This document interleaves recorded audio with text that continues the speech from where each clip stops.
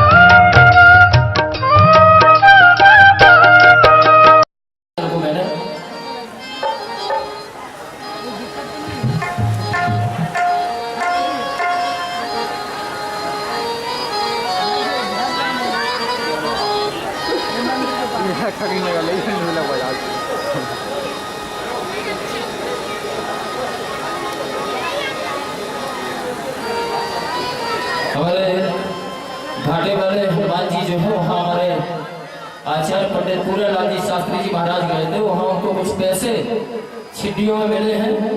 यदि यहाँ किसी के हों तो कृपया अपने पैसों की पहचान बताकर हमारे पूरन भैया से ले जाए।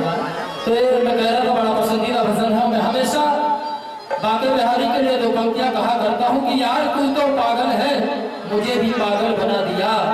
तो खाली था मेरा दामन, खुशियों से भर दिया। हसरत है तुझे सामने बस एक बार देखने की, हसरत है तुझे सामने बस एक बार देखने की। यार तू मिला भी तो ऐसे कि मुझे खुद में मिला लिया। ये दो पंक्तियां उस बाके बिहारी की।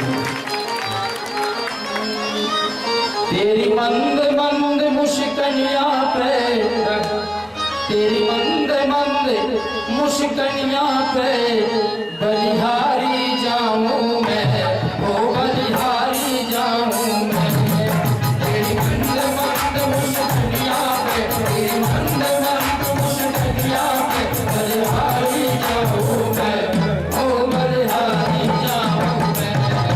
तेरी मंद मंद मुस्कनिया पे, तेरी मंद मंद मुस्कनिया पे बलिहारी जाऊं मैं, ओ बलिहारी जाऊं मैं।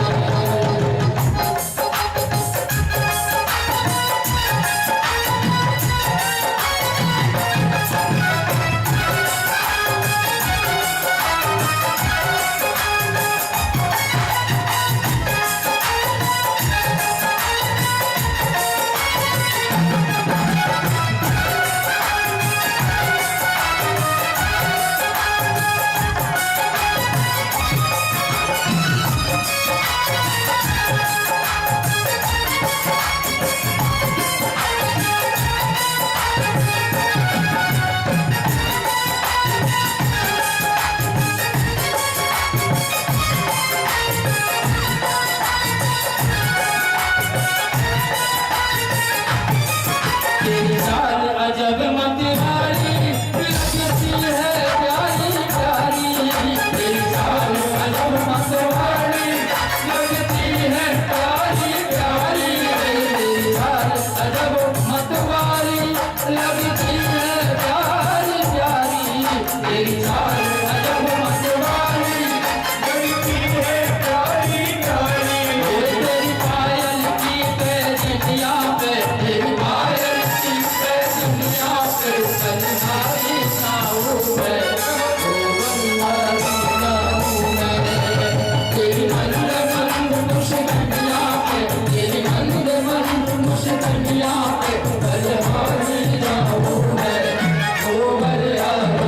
Oh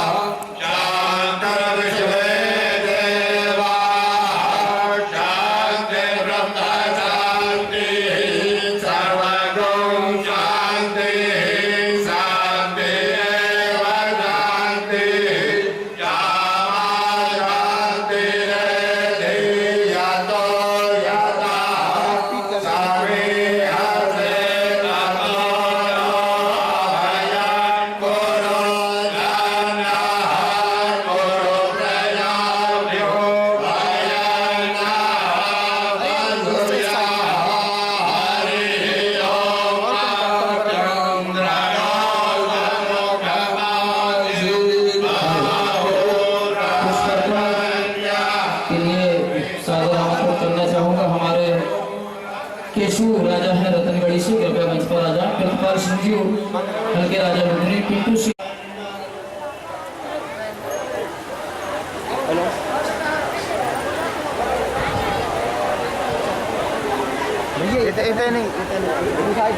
रास्ता छोड़ दो यार, रास्ता छोड़ो।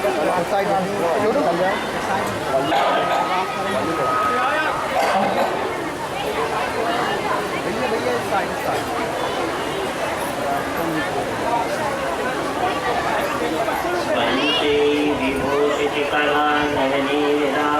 बढ़िया है यार।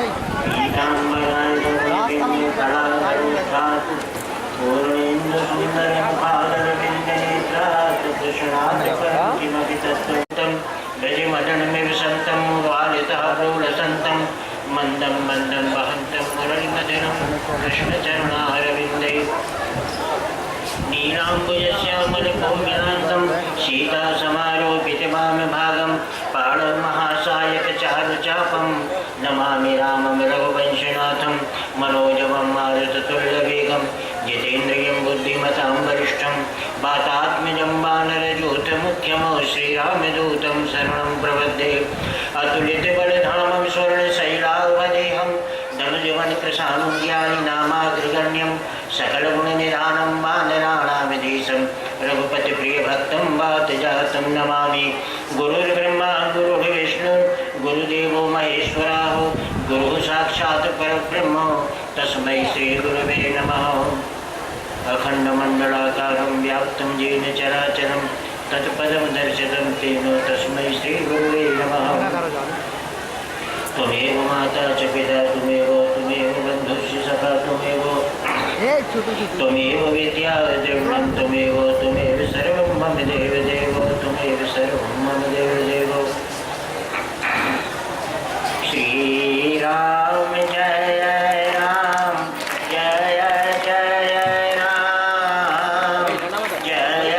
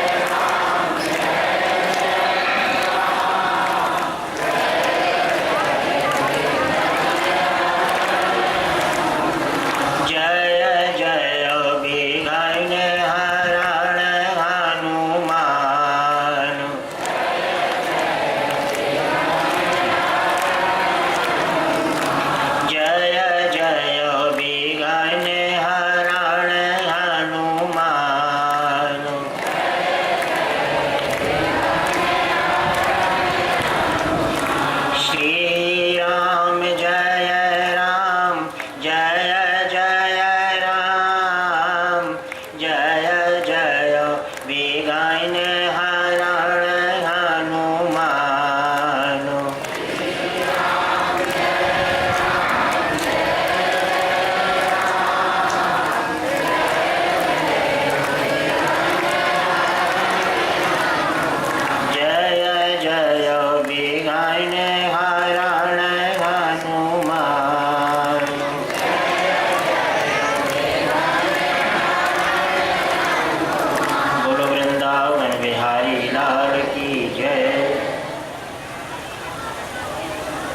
यशोदा के यहाँ रुके हुए हैं और अपने जीवन का अकथनीय आनंद की अनुभूति करते हैं। सुखदेव जी महाराज से उन्होंने कहा कि आपके चतुर्थ दिवस तक जो वचनामृत निकले उन वचनामृत से हमारा आनंद परमानंद के रूप में परिणत हो गया। और हमारे जीवन का भी यही एक रहस्य है कि अगर हम प्रमोशन चाहते हैं, पदोन्नति चाहते हैं, तो अपने आध्यात्मिक और आत्मा की पदोन्नति चाहिए, आत्मा की उन्नति करते रहें तो जीवन सदा हमारा पवित्र और धन्य रहेगा। और हमारा और आपका जो जीवन है वो इस स्थिति पर जा रहा है कि हम किसी जेन के न प्रकार हम अपनी मंजिल को प्राप्त कर लें। हर आदमी प्रयास करता है, जैसे जेठ मास की दोपहरी में प्यासा मृग अपने पानी के लिए तड़पता है और अंत तो गत्वा वो विभिन्न प्रकार के जेठ मास की दोपहरी में सूर्य में चमकने वाली रेतों के कण को, रेता के कणों को जल समझ करके अपना मुंह डुबाता है, लेकिन जब उसे गर्म लगती है तो वो वापिस आकर के फिर बरगद वृक्ष के नीचे बैठ जाता है। और जब भगवान इसी प्रकार आज हमारी और आपकी दिनचर्या है, इसीलिए कभी कभी संत लोग हमें और आपको कहने लगते हैं कि आपकी जो दौड़ है मृग तृष्णा की दौड़ है। इसी के लिए कहते हैं मृग तृष्णा। हम दौड़ते हैं, लेकिन इसका अर्थ ये नहीं कि हम अपने लक्ष्य को प्राप्त न कर सकें, हम अपने उपास्य को प्राप्त न कर सकें, हम अपने मंजिल को प्राप्त न कर सकें। जिन किन प्रकार हमें वो मंजिल प्राप्त हो जाएगी। भ्रम रहेगा जब तक रहेगा, भ्रम मानस से इतस्ततः है, जब तक हम भ्रमित रहेंगे, हमारी कर्मेंद्रियाँ, हमारी ज्ञानेंद्रियाँ जब भ्रमित रहेंगी, भ्रम में पड़ी रहेंगी, तब तक हम पूर्व की ओर, पश्चिम की ओर, उत्तर की ओर, दक्षिण की ओर घूमते रहेंगे।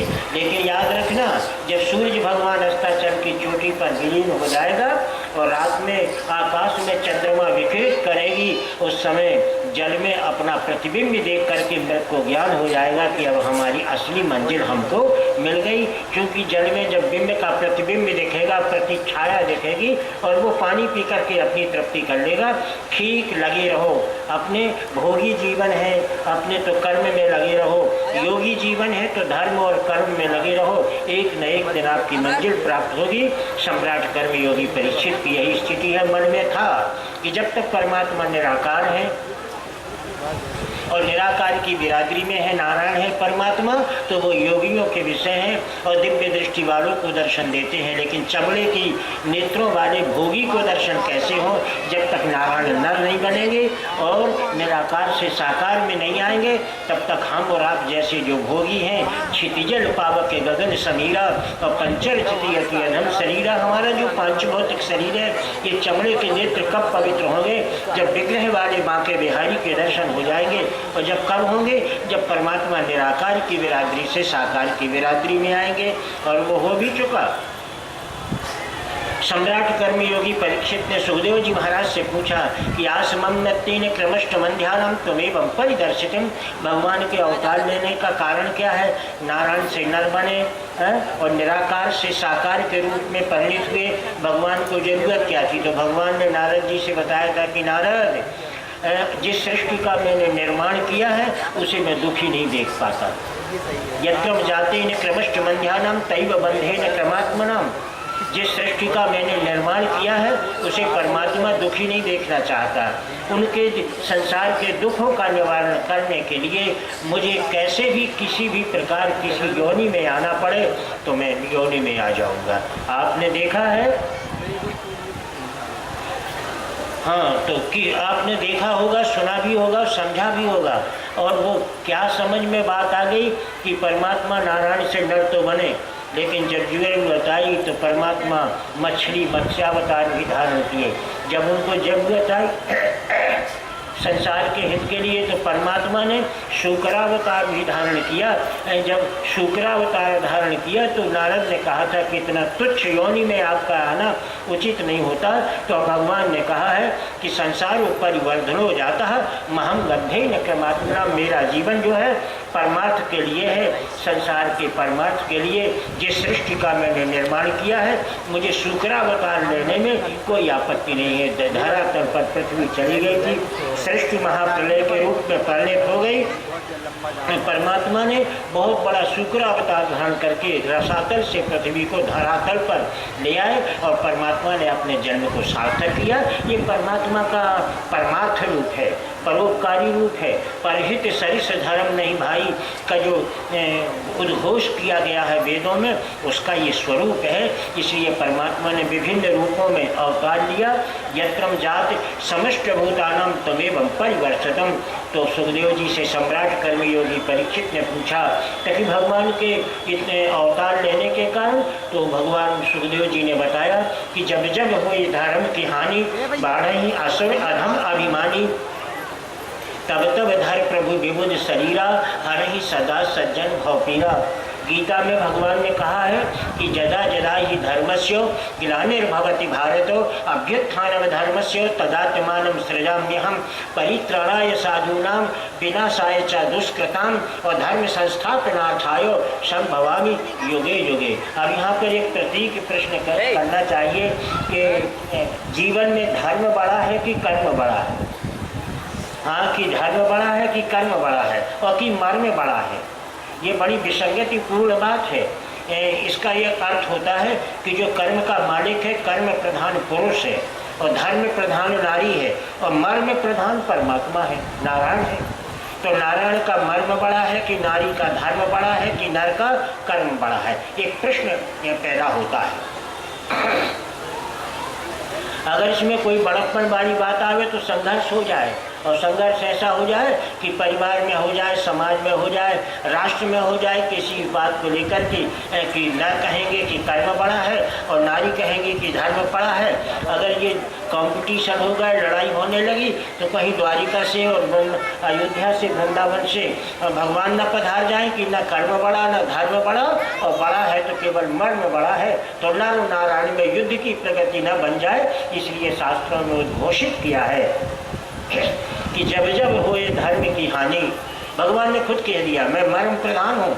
जब जब होए धर्म की हानि, थोड़ा ध्यान देना, नर कर्म प्रधान है, नारी धर्म प्रधान है, और नारायण मर्म प्रधान है। तो भगवान ने कहा झंझट न हो, इसलिए उन्होंने कह दिया कि जब जब होए धर्म की हानि। अरे चाहते तो ये भी कह देते कि जब जब होए मर्म की हानि, ये भी कह देते कि जब जब होए कर्म की हानि, लेकिन न कर्म कहा न मर्म कहा, सीधे परमात्मा ने कहा कि जब जब होए धर्म की हानि, नारी प्रधान धर्म की हानि।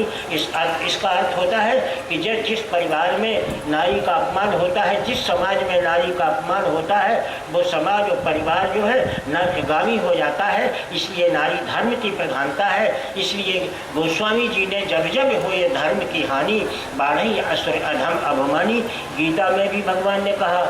उन्होंने कहा जब अयोध्या के मालिक ने कह दिया तो वृंदावन के भगवान क्यों चूके? तो उन्होंने गीता में कहा कि जब जब हो ये धर्म की हानि, ये रामायण की बात है। गीता की बात हुई कि जदा जदा ही धर्मस्य, यहाँ भी बोल देते कि जदा जदा ही कर्मस्य, जदा जदा ही मर्मस्य, लेकिन ऐसा न कहते जदा जदा ही धर्मस्य ग्लानिर्भवति भारतो अभ्युत्थानम धर्मस्य तदात्मानं सृजाम्यहं परित्राणाय साधूनां विनाशाय च दुष्कृताम और धर्म संस्थापनार्थाय संभवामि युगे युगे। भगवान ने चाहे अयोध्या के राम हो भगवान, चाहे वृंदावन के कृष्ण हो, रामायण और गीता में उन्होंने धर्म की प्रधानता बताई है। अपने स्वयं का पदार्थ जो मर्म है, नर का जो कर्म है, उनकी। तो हमारे सुखदेव जी महाराज ने सम्राट कर्मयोगी परीक्षित से कहा कि जब धर्म की हानि होती है, धर्म की हानि का मतलब धर्म का कोई स्वरूप नहीं है, पदार्थ का स्वरूप होता है। धर्म कहाँ देखा है आज तक किसी ने? धर्म किस सूर्य का नाम है? नहीं देखा। पदार्थ को देखा होगा तो उसका जो आधार होता है वो देखा है। यदि कोई बता दे कि हम नमक को तो सबने देखा होगा, बिल्कुल सबने नमक को देखा होगा, चाहे वो पिसा हुआ नमक हो चाहे डलिया नमक हो, सबने देखा। लेकिन नमक में जो स्वाद बैठा है उसको आज तक किसी ने देखा है कि गोरा है कि करिया है कि रंग है, उसका रूप क्या है, कितने फुट का लंबा चौड़ा स्वाद है, कोई नहीं देखा होगा ना। केवल नमक देखा है, नमक की ढेरी पिसे हुए नमक का दर्शन किया है पदार्थ का, लेकिन उसके परमात्मा का दर्शन, और नमक के परमात्मा का नाम है सत्य, और सत्य का नाम है सैधापन, सैधापद का नाम है सकारा। तो मतलब उस सत्य को आपने नहीं देखा होगा। इसी तरह जगम भूतेन क्रमष्टवंध्यानाम नैव ब्रह्मेण परमात्मनाम, सम्राट कर्मयोगी परीक्षित को सुखदेव जी ने अपनी भाषा में विभिन्न भावों को भर करके बताया है कि सत्यम तो जब जब हो धर्म की हानि। धर्म किसी ने देखा नहीं, जैसे नमक में स्वाद नहीं का दर्शन नहीं हो पाएगा, नमक की झेली देख लोगे, इसी तरह धर्म का स्वाद है उसका कोई दर्शन नहीं कर पाएगा। अगर स्वाद धर्म है तो केवल एक नारी के अंदर, वो नारी का प्रमाण है कि धर्म की हानि मतलब नारी का अपमान। परिवार में, समाज में, राष्ट्र में जहाँ जहाँ अपमान होगा तहाँ तहाँ परिवार, समाज और आपका राष्ट्र नरकगामी होगा। नरकगामी का तात्पर्य क्या है कि ये नरक का मतलब थोड़ी है कि कहीं कोई नरक बना है, कहीं कोई नरक नहीं है। न क्वापि स्वर्गो जाता न नरको क्वापि विद्यते, न कहीं कोई स्वर्ग है न कहीं कोई नरक है। तो बोले कहाँ है? बोले अत्रैव स्वर्गो जाता और नरको अत्रैव विद्यते, यहीं पर स्वर्ग है बोले यहीं पर नरक है। तो कैसे माने? बोले कि जिस परिवार में दुख की अनुभूति हो वो परिवार नरक है, और जिस परिवार में सुख की अनुभूति हो वहीं पर स्वर्ग की अनुभूति है। यही स्वर्ग और नरक की परिभाषा। जय श्री कृष्ण।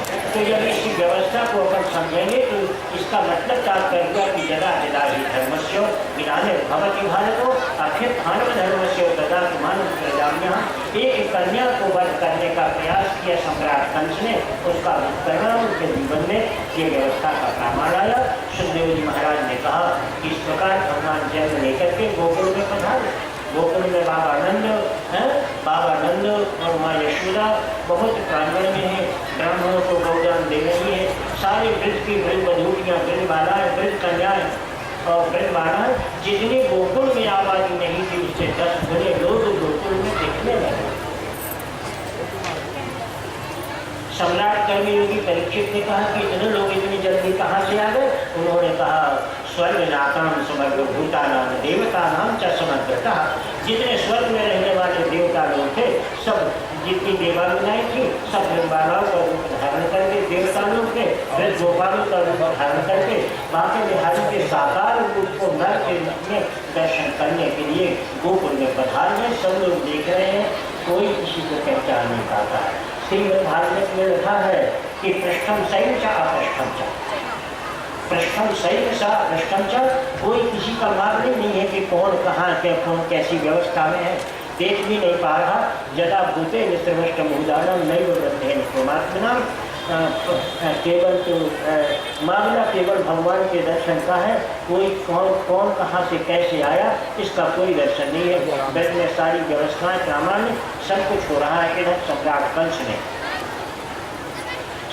कंस ने अपनी व्यवस्था बनाई। हमारे जीवन के 2 पक्ष होते हैं, एक सकारात्मक एक नकारात्मक, एक पक्ष और एक विपक्ष है, और एक साधक और एक बाधक। ये हमारे जीवन के अंग होते हैं, उसी काल से ये जीवन के अंग बने हैं। तो एक तरफ तो आनंद हो रहा है सकारात्मक और साधक पक्ष का।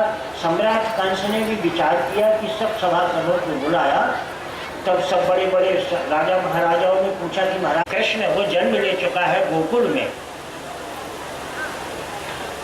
और गोकुल में जन्म ले चुका है, उसे जो मार देगा उसे हम आधा राज्य देंगे और राजा कंस के पास में सामीप्य में बैठा जाए। अपने नगर के न्याय और अन्याय को देखे न देखे, लेकिन न्याय करने वाले और अन्याय करने वाले व्यक्तियों को दृष्टिपात राजा की होनी चाहिए, और जिस राजा की दृष्टिपात नहीं होती है वो राजा नरकगामी होता है। सम्राट कंस की ये स्थिति थी, नहीं देख पाए। बोले क्या काम क्या है तेरा? बोले कि मैं तैयार हूँ कृष्ण को मारने के लिए। बोले कैसे मार पाएगी? सूतना ने कहा कि जब आपके नगर में 2-4 बाल बच्चों को मैं रोज खा जाती हूँ पकड़ धकड़ के, तो ऐसे कृष्ण को मारने में कोई आपत्ति नहीं। मैं तो बिल्कुल क्षण मात्र ने प्रवष्ट भूतानम निगमनम कुर्यात् न संशया। क्षण मात्र में मैं क्षण मात्र में कृष्ण को मार डालूंगी, कोई संशय वाली बात नहीं है। आज जीवन में और कुछ नहीं, मानने की हिम्मत हो न हो, लेकिन सत्ता और संपत्ति का संघर्ष है जीवन में। हमारे और आपके जीवन में जो संघर्ष चल रहा है, हम बहुत बड़े बेचैन हैं। बेचैन काय के लिए है? सत्ता और संपत्ति के लिए। सम्राट कंस ने कह दिया था कि आधा राज्य देंगे, ये संपत्ति मिल गई, और बगल में बैठने का अधिकार देंगे, ये सत्ता मिल गई। हमारे अब ये कोई श्रीमद् भागवत की पूतना नहीं थी, वहाँ तो केवल एक ही पूतना थी। और आपके जीवन में घर घर में पूतना है। आपकी मनोवृत्ति, आपकी जो वृत्ति है, आपकी जो भावना है, वही एक पूतना है। और आपके जीवन का जो दुर्बाट चल रहा है, ये संपत्ति और सत्ता का संघर्ष चल रहा है। अब कैसे वो पार होगा, ये श्रीमद् भागवत ने बताया है। राजा कंस ने कहा कि अगर तू इतना जानती है तो चली जा। और पूतना गई भी गई। मन में विभिन्न प्रकार का विचार करती जाती। केवल एक ही माला उसके जीवन में है कि सत्ता सैवे ब्रह्मयातम उपलब्धि तंत्र विद्यते। मुझे सत्ता और संपत्ति कैसे मिले। सारा प्रयास, सारी कुर्बानी, सारी केवल एक ही बात की है कि सत्ता और संपत्ति कैसे मिले। याद रखना, सत्ता संपत्ति के दौड़ में अपने विवेक का उपयोग करते रहना। अगर उपयोग नहीं करोगे तो सम्राट कंस की पूतना, आपकी मनोवृत्ति सम्राट कंस की पूतना मानी जाएगी। जी हाँ, और चल भी दिया और चली गई। बाद में उसे बीच में प्यास लगी। अरे काय की प्यास है? भूख और प्यास जो आज हमारे और आपको लगती है, वो उन्हीं की देन है इनकी। जो दिन ये चाह लें कि हमें भूख प्यास तुम्हें लगने ही नहीं देना है, उस दिन ऐसे विकार पैदा हो जाएंगे कि तुम्हें पानी भी अच्छा नहीं लगेगा, भूख भी अच्छी नहीं लगी। कृपा उनकी है जो क्षुधा पिपासा समर्थ भूतानाम प्रांगण्यम तत्र विविद्यते। जो आपके जीवन में क्षुधा माने भूख और पिपासा माने प्यास जोर से लगती है, आप खूब खा रहे हैं और भगवान दे रहे हैं तुम्हें, बड़े तुम्हें उनकी चिंता बिल्कुल नहीं है। कभी भोग लगाए हो? भोजन के पहले अपनी समस्या बताने के लिए तो कितने खर्रा लिख गए होंगे एप्लीकेशन के, कितनी प्रार्थनाएं तुम्हारे राज शासन में भेज दी होगी, मंदिरों में भेज दी होगी, मस्जिदों में भेज दी होगी, गिरजाघरों में भेज दी होगी, चिट्ठियाँ लिख के भेज दी होगी, नारियल बांध दिया होगा, हमारी ये कामना पूरी हो जाए तो सब कुछ हो जाएगा। सत्रम शैव नमस्त भूतानाम। कितनी समस्याएं हैं, लेकिन भगवान का कहना है जितनी तुम्हारी समस्याएं हैं उतनी मेरी समस्याएं हैं। जैसे तुम दीन हो ऐसे मैं भी दीन हूँ। तुम्हारी समस्याओं से मेरी समस्या कोई अलग नहीं है। तुम्हारी कितनी समस्याएं हैं? आपकी समस्याएं केवल 3 है, रोटी कपड़ा और मकान। इससे अलावा और कुछ भी नहीं है। रोटी कपड़ा और मकान। एक आदमी ने पूछा कि आदमी ने कहा कि हमारी तो इतनी समस्या, तो भगवान ने कहा वृंदावन के बाके बिहारी ने उतनी हमारी है। भक्त से कहा कि उतनी हमारी है। और हम दोनों जनों की समस्या एक ही बात की हो, लिपटी हुई चली जा रही है। तो बोले समझौता कैसे हो? बोले कि हो जाएगा। रोटी का मतलब केवल इतने होता है। भगवान ने कहा अगर तुम्हारी रोटी है, तुम्हारा भोजन है, तुम्हारी रोटी की मकान है, तो मैं तुम्हारी पूर्ति कर दूंगा। तो वो प्रसन्न हो गया, बोले कर दो। बोले लेकिन एक शर्त है। भगवान ने कहा कि तुम भोजन करो, लेकिन इतना भोजन करो, इतना भोजन करो, लेकिन मेरी भी भोजन की समस्या है। तुम्हें भोजन चाहिए, मुझे भोग चाहिए, तो इतना भोजन तुम करो, भोग मुझे इतना सा दे दो, इतना सा भोग दे दो, ज़्यादा की जरूरत नहीं। एक सेठ जी ने हमारा निमंत्रण किया, बोले बंदा भोजन करना है। हमने कहा बढ़िया, बिल्कुल चलो, करना था, जरूरत थी उस आदमी से, यज्ञ में चावल वाल लेना था। तो हमने कहा नहीं भी चाहती, हमने कहा चलो भोजन तो करेंगे। प्रसन्न हो जाए सेठ जी तो कुछ दे भी दें और चले भी गए। जब चले गए तो सेठानी जी निकली बाहर से और घंटी लेकर के, और इतनी सी थाली थी, केवल इतनी एक बीता थी, उसमें इतने से चावल, इतनी सी दाल, रोटी का एक टुकड़ा उतना रखा था। और मंदिर में गई, घंटी हिलाने लगी और भगवान को भोग लगाने लगी। तो भगवान ने कहा ये बिल्कुल ठीक है, हम तुम्हें रोटी कपड़ा और मकान की समस्या में तुम्हें भोजन देते हैं, और भोजन इतना होता है और भोग इतना सा होता है। तुम्हारी समस्या भोजन की, मेरी समस्या भोग की है। रोटी कपड़ा। भगवान ने कहा कि तुम खूब 6 गज का कपड़ा, धोती कुर्ता कमीज पहनो, लेकिन उस कपड़े में से इतनी सी झंगुली अगर मुझे सिलवा दोगे तो समझ लो कि मेरी भी समस्या हल हो जाएगी। रोटी और कपड़ा हो गया, अब रहो मकान का हिस्सा।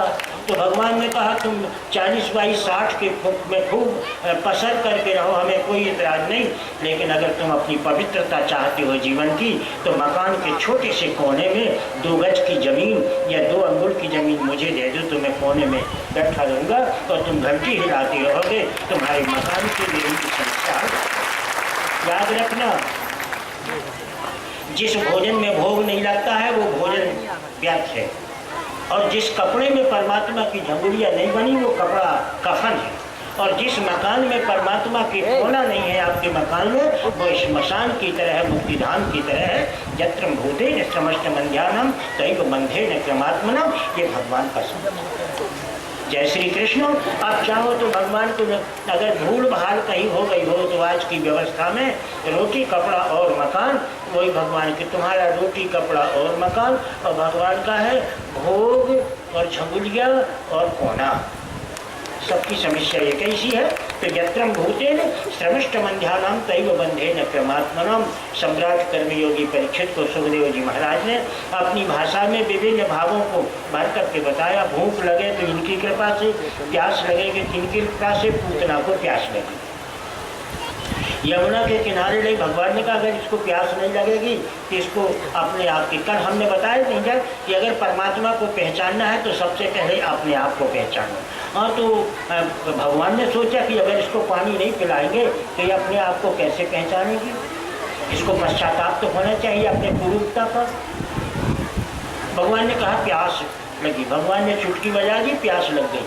और जैसे ही प्यास लगी तो वो यमुना के किनारे गई और चुक्कू में पानी के लिए जैसे ही अपना ऐसा यमुना के जल में हाथ किया तो उसको अपना प्रतिबिंब दिखा, उसकी अपनी शरीर की छाया दिखी। देखा तो महान बच्चों को खाने वाली पूतना विकराल थी, उसको भयंकर चेहरा दिखा तो वो एकदम भयभीत हो गई।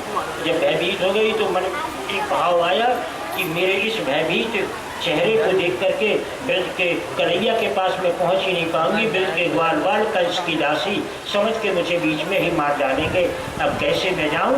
ऐसा सोच करके रोने लगी। एक ब्राह्मण आ गया, श्रीमन नारायण कहते कहते बोले भाई क्यों रो रही है? बोले महाराज भगवान के दर्शन करने के लिए जाना है। बोले फिर जाना, रो क्यों रही है? बोले कितना कुरूप चेहरा है, मुझे वो कंस की दासी मान के मार डालेंगे और दर्शन जरूर करना है। परमात्मा जाना, दर्शन दर्शन की तो बात छोड़ दो, जहर लगा के जा रही थी, मारने जाना। लेकिन ब्राह्मण से झूठ बोल दिया कि दर्शन करने जाना है। भगवान ने उसको भी स्वीकार कर लिया कि झूठ भी बोल दे, लेकिन दर्शन का शब्द तो आया, इसलिए भाव को भाव अनख आलस हूँ और नाम जपत मंगल ऋषि दस हूँ। अपने प्यारे राम को और रीज भजो या खीज, और खेत परे परिजामी है वो तो सीधो बीज। कैसे भी हो परमात्मा का नाम लो, और कैसे भी हो राम कहो मरा कहो, कैसे भी दृश्यम सत्य क्या अदृश्यम क्या, भगवान का नाम मंगलकारी होता है, मंगल में परमात्मा का नाम होता है। पूतना ने भगवान कृष्ण का नाम दर्शन से जोड़ दिया। ब्राह्मण ने कहा तो एक काम करो, ब्राह्मण कोई नहीं था, ब्राह्मण वगैरह वो जंगल में कोई नहीं थे। कृष्ण रूपे निवर्धमानानाम पंथम सैवे निविद्यते। भगवान जब आपत्ति में प्राणी रहता है, चाहे वो निशाचर हो, चाहे संत हो, चाहे असाधु हो, भगवान उसको सन्मार्ग दिखाते हैं। बाकी बिहारी आ गए, ब्राह्मण का वेश धारण करके बोल क्या चाहती है? बोले कि महाराज अब कैसे जाऊँ? बोले काम करके अब तो एक बात कोई स्कीम नहीं है, बस एक ही स्कीम है कि एक खानदान में कभी किसी ने भगवान के दर्शन किए थे? बोले महाराज बिल्कुल पता नहीं। बोले देख निशाचरणी है तू ना, ध्यान लगा के देख। जब ध्यान लगाया, माया में चमत्कार में देखा तो उसको ध्यान, बोले महाराज आ गई ध्यान में। बोले कब? बोले रामावतार में मेरी बुआ कोई थी जिनका नाम शूर्पणखा था, वो भगवान के दर्शन को गई थी। बोले जैसे वो गई हो, जैसे तुम्हारे खानदान की परंपरा हो, वैसे तू भी चली जा।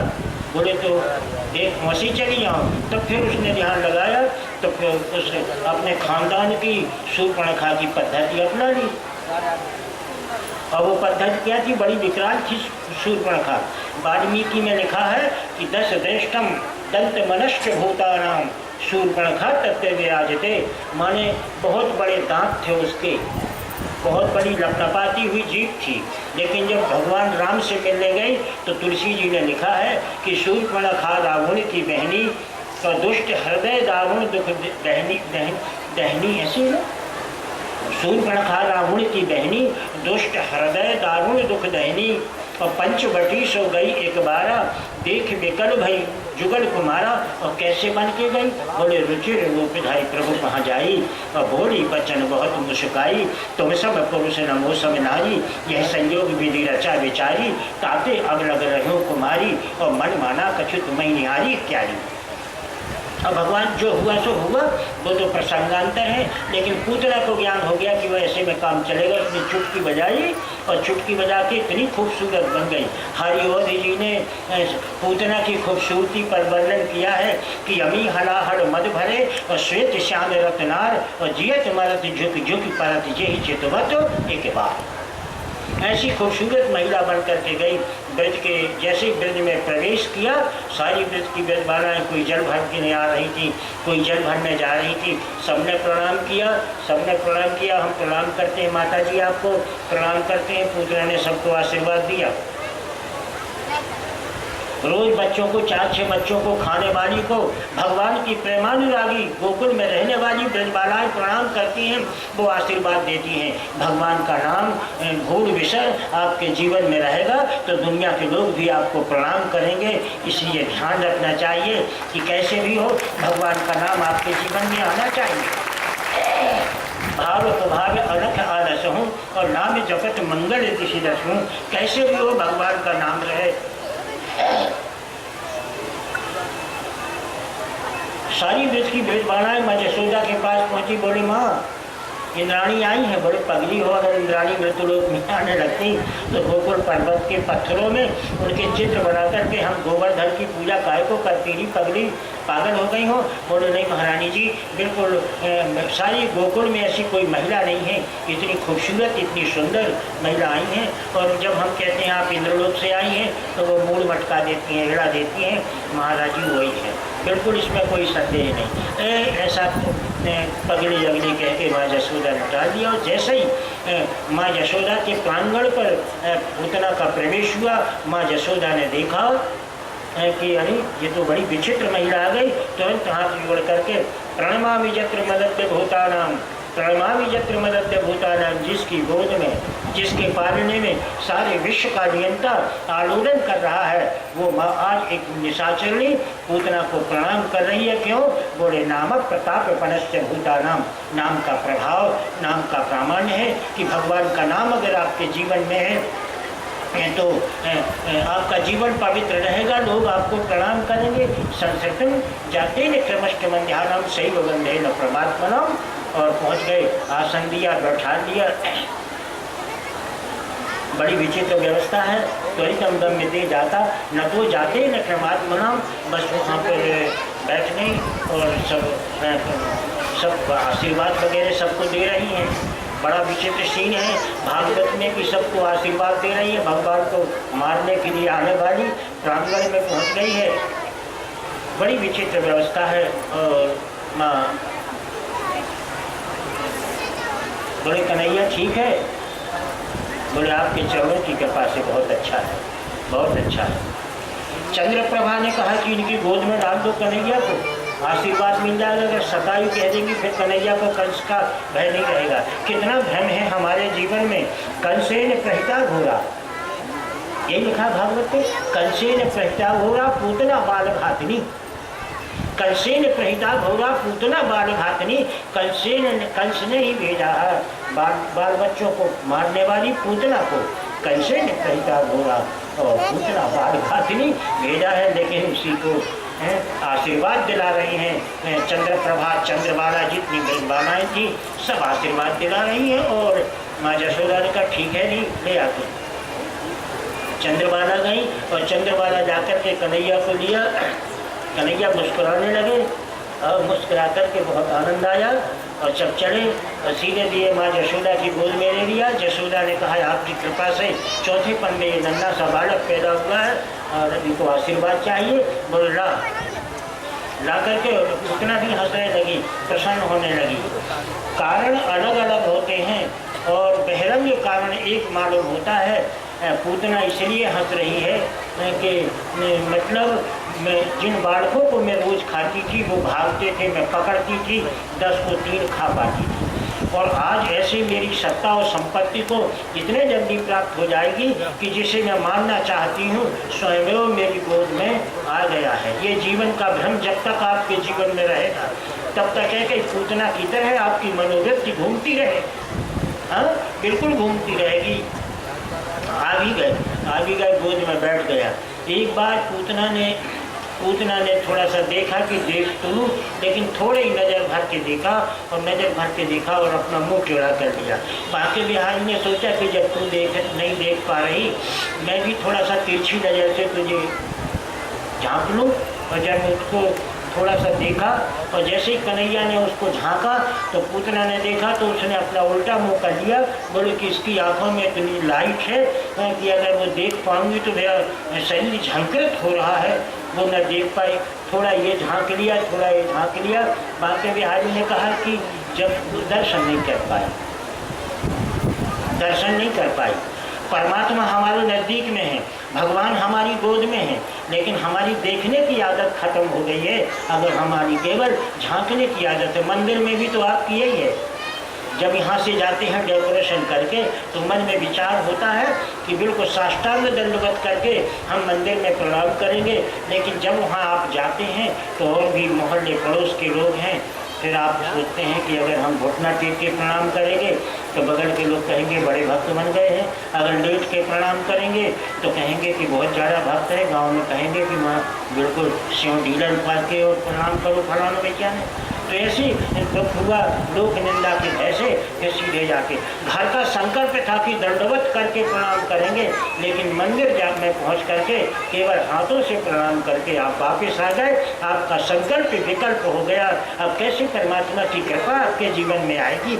अगर लोक लाज को छोड़ दो ना, अगर संकल्प लिया है परमात्मा को दंडाकार करने का तो लोक लाज छोड़ दो, मीरा की तरह छोड़ दो ना लोक लाज।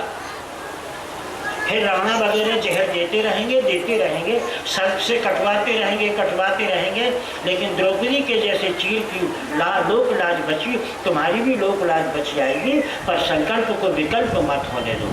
अगर संकल्प तुम्हारा विकल्प हुआ सब गड़बड़ हो जाएगा। आज पूतना की गोद में भगवान है, अरे चाहती तो दर्शन करके सब जीवन धन्य और पवित्र कर लेती, लेकिन नहीं हो पाया, देख भी नहीं पाई। देखने का मतलब दर्शन हो जाते तो जो जीवन धन्य हो जाता, लेकिन भगवान ने कहा जब तुम देख नहीं पाई, झांक रही तो मैं भी झांक रही हूँ। और जब तक ये झांकने की आदत रहेगी तब तक भक्त मनुष्य कभी भक्त नहीं बन पाएगा और बांके बिहारी कभी भगवान नहीं बन पाएंगे। ये भी मंदिरों में बैठे रहेंगे और आप भी इसी तरह मंदिरों में घूमते रहोगे। जब तक आप भक्त नहीं बनोगे मंदिर की मूर्ति भी कभी भगवान नहीं बनेगी। अगर भगवान बनना है तो झांकने की आदत छोड़ दो, दोनों के बीच में जो पर्दा है उसको अलग कर दो। एक कवि ने बहुत अच्छी बात कही है कि कभी चिलमन से हम झांकें, कभी चिलमन से ये झांकें। चिलमन माने पर्दा। कभी चिलमन से ये झांकें, कभी चिलमन से हम झांकें, और लगा दो आग चिलमन में, न हम झांकें न ये झांकें, सब खत्म कर दो। और अगर चिलमन समझ में न आवे तो फिर दूसरी भाषा में है कि कभी परदेश से हम झांकें, कभी परदेश ये झांकें, और लगा दो आग पर्दा में, न हम झांकें न ये झांकें। बस केवल देखने की बात रह जाएगी। समझकर सहज समझ आ जातम दैव बंधे न क्रमात्मनम। लेकिन पूतना के प्रामाण्य नहीं हुए, दर्शन नहीं हुए, जहर पिलाना प्रारंभ कर दिया और दर्शन नहीं होंगे तो हम सद्बुद्धि नहीं आएगी। सद्बुद्धि नहीं आएगी तो गलत काम करेंगे और गलत काम होने लगा। हाँ, जहर पान कराने लगी। भगवान ने जहर पान कराना प्रारंभ की। माँ यशोदा मेवा मिष्ठान की तैयारी कर रही हैं और जब देखा पूतना ने कि प्राण सस्या जो मनुष्य भूता नाम, ये तो जहर पीने के बहाने से मेरे प्राण भी पी रहा है, तो प्राण पी रहा है तो फिर वो भागी। फिर वो अपने बच्चा सर से लगाई थी, वो छुटाना चाहिए कि तू भाग जा, यहीं गिर जा और मैं अपने प्राण बचा के भागूँ। तुम कितना भी कुछ करो, एक तो बांके बिहारी किसी को पकड़ते नहीं है। हाँ। तुम्हारी आदत है ना कि सवेरे किसी को पकड़ लो तो दोपहर को छोड़ दो तो शाम को फिर पकड़ लो। माने सवेरे किसी को मित्र बना लो तो दोपहर के किसी का शत्रु बन जाए, वही आदमी शाम के फिर मित्र बन जाए तो फिर सवेरे फिर वही शत्रु बन जाए। तुम्हारी पकड़ने छोड़ने की आदत है, लेकिन नारायण की नहीं है तो वो कभी पकड़ते नहीं है। और अगर एक बार पकड़ लिया तो फिर वो कभी छोड़ते भी नहीं है। ये भगवान की आदत है। बिल्कुल आदत है। और अब पूतना तुम कितना उपाय करो, लेकिन अब हमने तुम्हें पकड़ लिया, माँ का दर्जा दे दिया है, हम तुम्हें छोड़ेंगे नहीं। न हम कृष्ण हैं, न तुम पूतना हो, तुम भक्त हो और हम पुत्र हैं, हम भगवान हैं। माता और पुत्र का संबंध हो गया, अब कभी नहीं छोड़ेंगे। माँ कितना भी उपाय करे, छोड़े भी नहीं करेंगे। उसको लेते कन्हैया को लेते हुए सरयू यमुना के किनारे गई, प्राणों का मुझ हो गया। बाबा नंद सम्राट कंस को कर देने के लिए आए थे। आकर के उन्होंने देखा श्रद्धम सही में नमस्त भूताना, पूतना बड़ी लंबी चौड़ी पड़ी है। माँ यशोदा को खबर लगी, माँ यशोदा वृद्धबालाएँ यमुना के किनारे गई, कन्हैया को गोमूत्र से स्नान करवाया और ब्राह्मणों को गौदान दे दिया और कन्हैया का मंत्रोच्चारण के साथ पवित्रीकरण भी करवा दिया और उसको टुकड़े टुकड़े करके उसको जलवा भी दिया। श्रद्धम शैव नमस्त मंध्यानम न जाने कश्य वेड़िया। सम्राट कर्मयोगी परीक्षित को सुखदेव जी महाराज ने अपनी भाषा में विभिन्न भावों को भर करके बताया, किस प्रकार भगवान के अवतारवादी सिद्ध होने के बाद में उनके जीवन में विभिन्न प्रकार के संकट आए। ये मानव जीवन की प्रामाण है कि जब तक हम इसी प्रकार सत्ता और संपत्ति के संघर्ष में भाग दौड़ करते रहेंगे, तब तक पूतना की तरह हम असफल होते रहेंगे।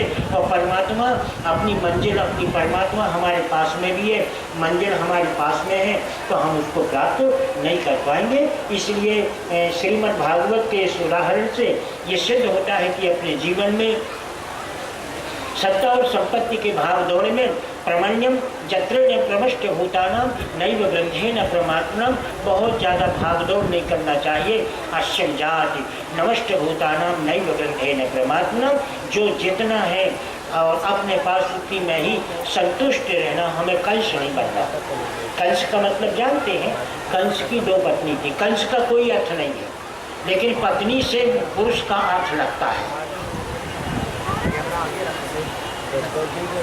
अगर किसी का नाम राम प्यारी है आपके घर में, ज़्यादा कुछ नहीं तो घर वाले का नाम प्यारे लाल जरूर होगा, बिल्कुल पक्का ही। कहीं ना कहीं बैठती होगी बात।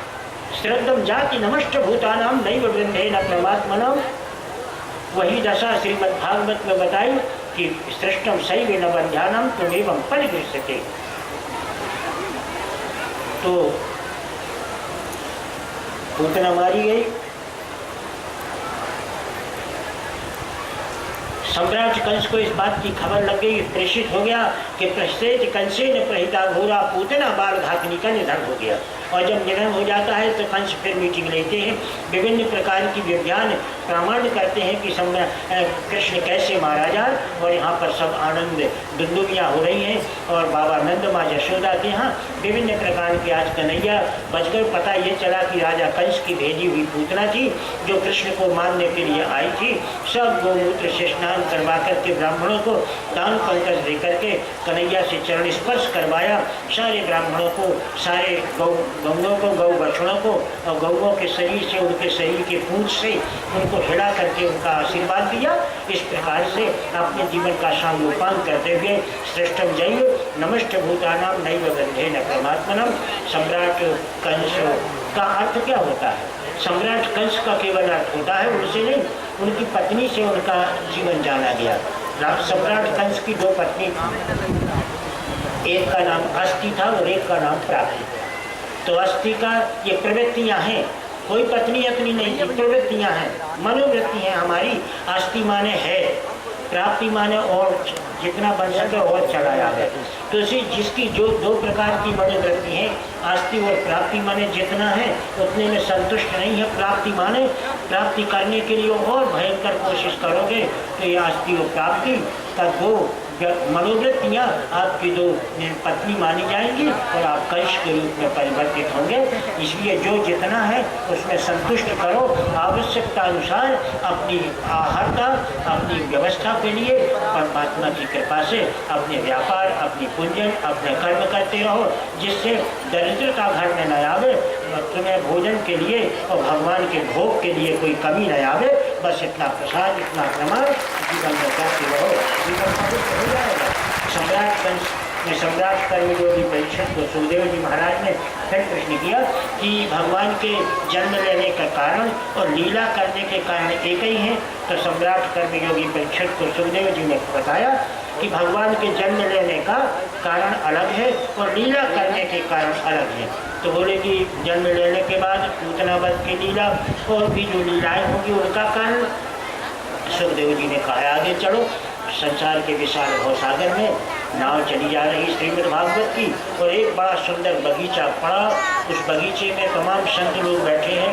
एक संत मुखिया थे, उनके चरणों में जाकर के सुखदेव जी महाराज ने प्रश्न किया कि हमारे परीक्षित का प्रश्न है कि भगवान के जन्म लेने का कारण और लीला करने के कारण अलग अलग है, तो दोनों कारणों का विवेचन करिए।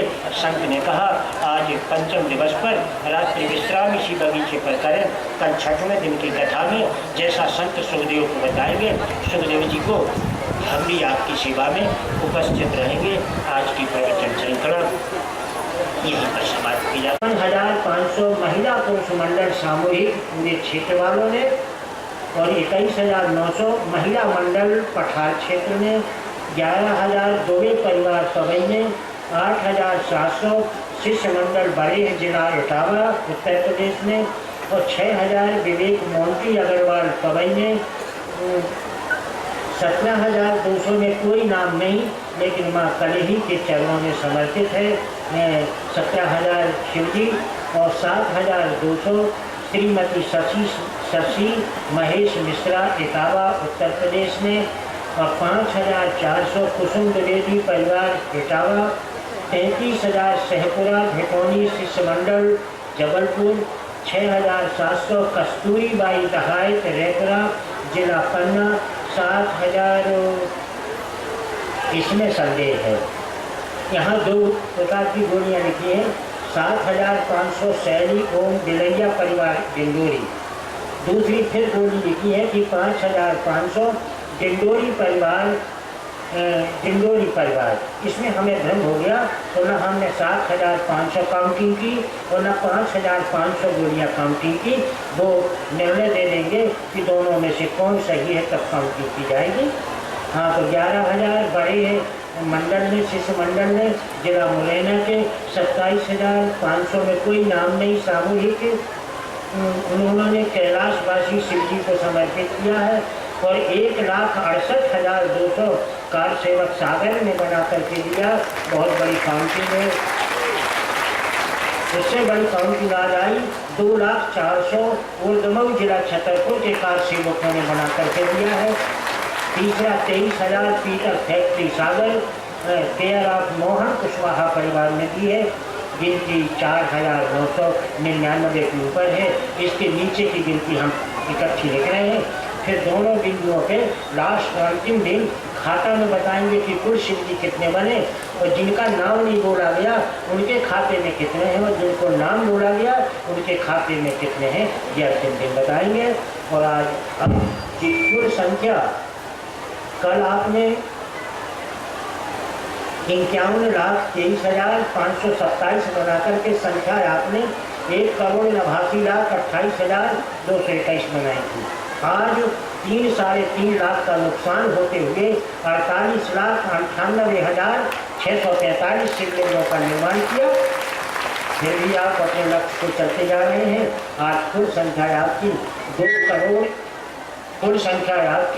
2,38,26,866 शिवलिंगों का हुआ है।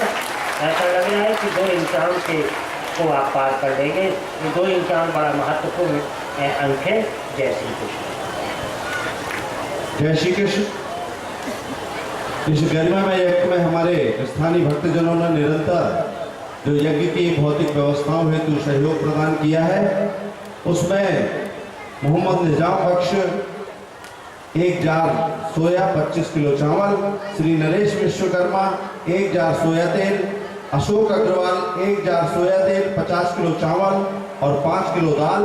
श्री गणेश टेंगरे जी टाई वाले 1 जार सोया तेल, 25 किलो चावल। श्याम मुरारी नामदेव 1 जार सोया तेल, 25 किलो चावल।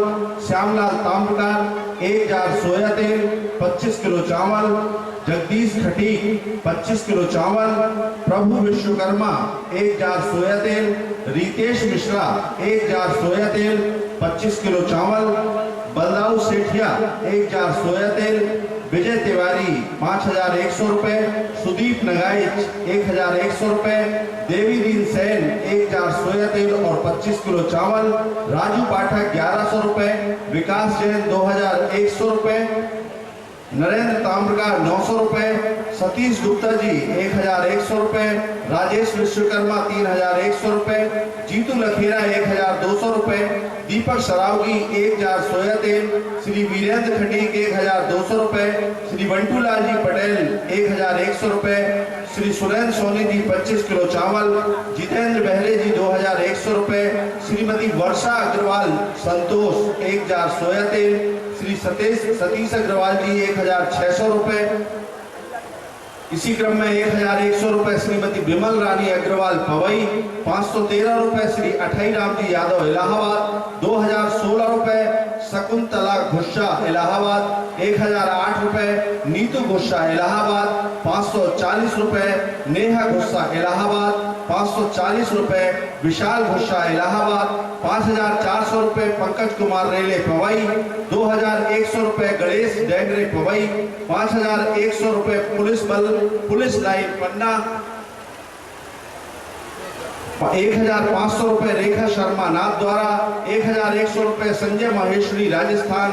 4000 रुपए ओम प्रकाश वैष्णव नाथ द्वारा। 4500 रुपए श्री प्रेम प्रकाश जी इलाहाबाद। 5100 रुपए अभय दरे सागर। 11000 रुपए श्री पिंटू सिंह जी मुंबई और 11000 रुपए श्रीमती आशा रानी स्वर्गीय श्री भैया राजा जी दुबे श्री भैया राजा जी द्वारा पुत्र केशु राजा भुवन विक्रम सिंह छतरपुर की ओर से इस यज्ञ में प्रदान किया गया है। हमारे शेष भक्तों ने जो और भी दान दिया है उसकी घोषणा कल की जाएगी। सभी हमारे भक्तजनों का जिन्होंने ये अनुदान दिया उसके लिए हम दद्दा शिष्य मंडल की ओर से आप सभी के बहुत बहुत आभारी हैं। और आगे की मंच के संचालन हेतु हमारे वरिष्ठ गुरु भाई सम्मानी आशुतोष राणा जी को मैं सादर आमंत्रित करूंगा कि वो आगे की व्यवस्था की उद्घोषणा करें। जय श्री कृष्ण। हम सबके बीच उपस्थित शिव स्वरूप परम पूज्य दत्ता जी के श्री चरणों में दंडवत प्रणाम करता हूँ। आज इस मां कलेही के पवित्र पावन तीर्थ पर खड़े होकर हमें ऐसे व्यक्ति का स्मरण हो रहा है जो अब हमारे बीच में नहीं है, जिनके व्यक्तित्व के कारण, उनके चरित्र के कारण, राजा होने के बाद भी उनके हम उम्र, उनसे बड़े, उनसे छोटे, माताएं, बहनें, पुरुष सब उन्हें भैया के संबोधन से पुकारते थे। परम आदरणीय भैया राजा एक ऐसे व्यक्ति थे, परम पूज्य दत्ता के, हम सबके परम पूज्य दत्ता के वो परम भक्त, परम शिष्य थे, हम सबके बड़े भाई थे। एक ऐसा व्यक्तित्व था जिन्होंने बुंदेलखंड को समूचे भारत में अपने व्यक्तित्व के माध्यम से पहचान दी थी।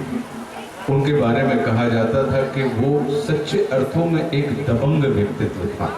दबंग यानी जिसमें दम हो, बल हो, और दम और बल को सही दिशा में इस्तेमाल करने का जिसके अंदर गुण हो, ऐसे व्यक्ति को दबंग कहा जाता था। पूरा ये पवई क्षेत्र जानता है, बुंदेलखंड जानता है कि ये एक ऐसे व्यक्ति थे जिन्होंने हजारों की तादाद में हमारे यहाँ जो असहाय बच्चियाँ होती हैं उनको उनके विवाह में योगदान दिया। तो मैं आशुतोष राणा दत्ता शिष्य मंडल भारतवर्ष की तरफ से, पवई क्षेत्र की तरफ से दत्ता शिशु मंडल मध्य प्रदेश की तरफ से उन्हें भावभीनी श्रद्धांजलि अर्पित करते हैं और साथ ही परम पूज्य दत्ता जी से प्रार्थना करते हैं कि उनकी आत्मा को परम मोक्ष प्रदान हो। जय श्री कृष्ण। हम आज 103वें यज्ञ में खड़े हुए हैं और बहुत सारे गुरु भाई ये बात जानते हैं कि जैसे 1.25 करोड़ पार्थिव शिवलिंग निर्माण जैसे जब हम और आप बनाते हैं तो जितनी स्मृति हमें 1.25 करोड़ पार्थिव शिवलिंग निर्माण की होती है उतनी ही स्मृति हमारे बीच में एक मथुरा प्रसाद जी दादा हुआ करते थे, जिन्हें हम और आप सब लोग चंदन वाले दादा के नाम से जानते थे। कि जैसे ही हमने प्रांगण में प्रवेश किया और सबसे पहले यदि कोई उंगलियां हमारे माथे को स्पर्श करती थी तो वो हमारे परम पूज्य चंदन वाले दादा मथुरा प्रसाद जी की उंगलियां हुआ करती थी कि वो हमारे अपनी उंगलियों से हमारे माथे पर चंदन लगाते थे। और ऐसे ही व्यक्तियों के बारे में कहा जाता है कि आप अगर चंदन लगाने का काम करते हैं तो विश्वास कीजिए कि आप एक सुगंध फैलाने का काम करते हैं। तो सुगंधें कभी जाती नहीं हैं, वो सदैव हमारे अंदर वर्तमान रहती हैं।